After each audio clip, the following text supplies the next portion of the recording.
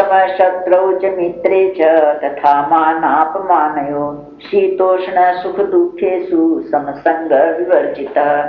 शत्रु मित्र में भी सम रहता है। अब यहाँ पर जब ऐसे स्थिति में जो रहेगा उसका शत्रु कौन रहेगा? उसके तो किसी से शत्रुता रहेगी नहीं। तो भगवान ने शत्रु मित्र दोनों कैसे बताया? ये फर्क पड़ता है।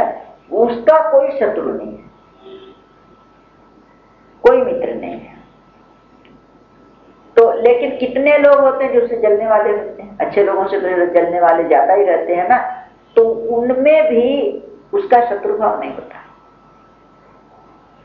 और जो उसके विचारों से और से जो मित्रता कर रखते हैं, उससे प्रेम रखते हैं, उसमें भी उनका कोई द्वेष भाव नहीं होता। न किसी में शत्रु भाव है न मित्र भाव। वो आसक्त, वो मित्र भाव रखते हैं, वो आते हैं बैठते हैं, बहुत अच्छा लगता है, उनसे सत्कार करते हैं, सब करते हैं। आसक्ति नहीं होती उनकी, उनमें भी उनमें आसक्ति नहीं होती। जो शत्रु भाव रखते हैं उससे द्वेष नहीं होता। और मान कर दे कोई तो फूलते नहीं है, अपमान कोई कर दे तो दुखी नहीं होते हैं। वो जानते हैं मान अपमान किस चीज का अपमान। भगवान का अपमान, परमात्मा का अपमान तो कोई कर नहीं सकता, सब उनका भी वही मेरा भी। शरीर का अपमान करते हैं तो शरीर का तो अपमान मैं खुद ही करता हूँ, निंदा करता हूँ। शरीर में मान करने लायक चीज है क्या? तो वो किसी से मान अपमान का मतलब नहीं समझते, अपने बुद्धि से विचारा करता है, वो किसी दुख बुरा नहीं मानता। और सर्दी गर्मी आए तो उसमें भी सुखी दुखी नहीं होता, आया नहीं करता। सर्दी है तो ठीक है, बहुत सर्दी है, बहुत सर्दी, बस सबको मालूम है सर्दी है, उसको कहने की क्या दरकार है? गर्मी गर्मी हाँ गर्मी हाँ गर्मी, अतः गर्मी बहुत पड़ रही, गर्मी बहुत पड़ रही। वो तो पड़ रही है भाई, समय के अनुसार पड़ेगी। और सभी को लग रही है, तुम्हें को थोड़ी लग रही है। पंखा चला लो, भगवान ने दिया ऐसे चला लो, हाय हाय क्यों करते? मान लो कोई वक्त नहीं है दिन, तो फिर थोड़ा शांत रखो, आ जाएगी। तो कहते हैं वो सुख, उसमें सर्दी में गर्मी में जो सुख दुख है, ये द्वंद्व है, इनमें वो सम रहता है, द्वंद्वों के चक्कर में नहीं पड़ता। और संग विवर्जित है, आसक्ति कर्म सबके साथ करता है, रहता सबके साथ है, कर्म सब करता है, आसक्ति किसी में नहीं है। यही चीज खानी ऐसा नहीं, यही पहनना, इसी के साथ खाली रहना, ये नहीं अच्छा लगता। अगर किसी से राग होगा तो किसी से द्वेष भी होगा। ये चाहे वस्तु हो, चाहे प्राणी हो, चाहे पदार्थ हो, जिससे द्वेष होगा मेरे सामने नहीं आना चाहिए, उसको देख के प्रसन्नता नहीं। राग होगी तो उसी के चिपका रहेगा, ऐसा नहीं। सबका सबका एक सत्कार, उसके लिए कोई द्वंद्व नहीं चलता, उसको राग द्वेष नहीं होता। जिसके मन में राग द्वेष होगा उसको आसक्ति होगी, और आसक्ति जिसको ज्यादा हो राग द्वेष करेगा, समदृष्टि नहीं होगा उसकी। समदृष्टि, जिसकी समदृष्टि है, सब मेरे ठाकुर के हैं, क्या लेना देना किसी से? लेना देना तो किसी से है नहीं, खाली प्यार के शब्द हैं, बस वाणी का सारा विलास है, वो सबसे सम व्यवहार करेगा। तो कहते हो मेरे को प्रिय भगवान कहते हैं, तुल निंदा स्तुतिर्मौनी संतुष्टो येन केनचित् अनेकेत स्थिरमतिर् भक्तिमान में प्रियो नर।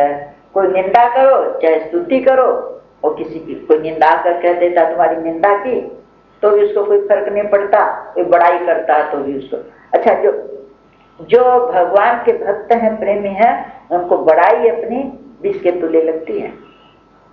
भाई जी को लोग बहुत थे भाई उनके प्रशंसक, तो किसी ने चिट्ठी लिखी थी कि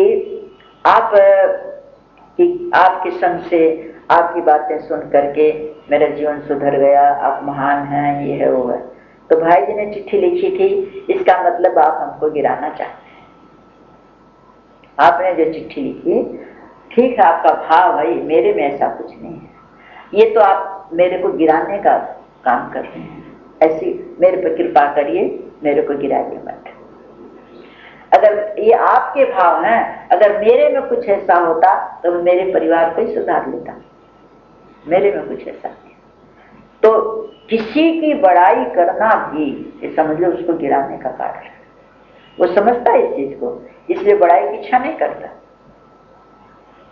समझ बचता है, जहाँ बड़ाई को ज्यादा मिले वहां से बचता है। और मननशील है, वो मनन उसके विचारों में मन में चलता रहता भगवान के प्रति, मनन करता है ईश्वर के रूप को, ईश्वर के स्वरूप का निरंतर मनन करता है। और शरीर का निर्वाह होना किसी प्रकार, भाई जाड़ा है तो वस्त्र ओढ़ना है, अब ये कोई जरूरी नहीं है कि वो मखमल वाले हो, जो अपने पास हो। भोजन से शरीर का निर्वाह करना, भोजन करना है तो किसी भी प्रकार जो भोजन भगवान भेजता ठीक है, यही खाना है ऐसा उसका आग्रह नहीं रहता। जिस किसी प्रकार शरीर का निर्वाह उसी में संतुष्ट रहता हूं। और रहने के स्थान में भी ममता आसक्ति नहीं रहती, यहीं रहना, मेरे को यही मकान होना, मेरे को यही कमरा होना, मेरे को यही बिस्तरा होना, मेरा, ये मेरा दूसरा कोई नहीं छुई, ये मेरा है कोई दूसरा नहीं बरते, ये नहीं रहता। ममता और आसक्ति से रहित स्थिर बुद्धि, बुद्धि चंचल नहीं होती उसकी, आज इधर कल उधर ऐसा नहीं करता हो।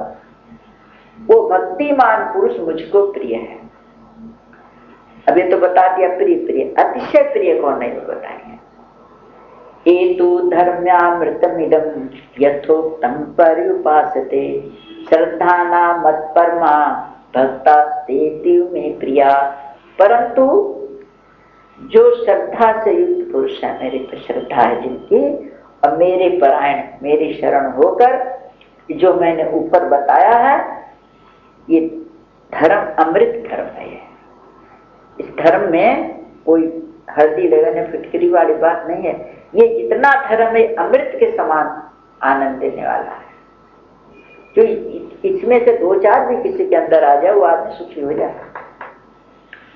तो अमृतमय धर्म को जो सेवन करते हैं, सेवन नहीं किया जाता ना दवाई का, अमृत का, तो वो निष्काम प्रेम भाव से जो सेवन करते हैं वे भक्त मुझको अतिशय प्रिय हैं।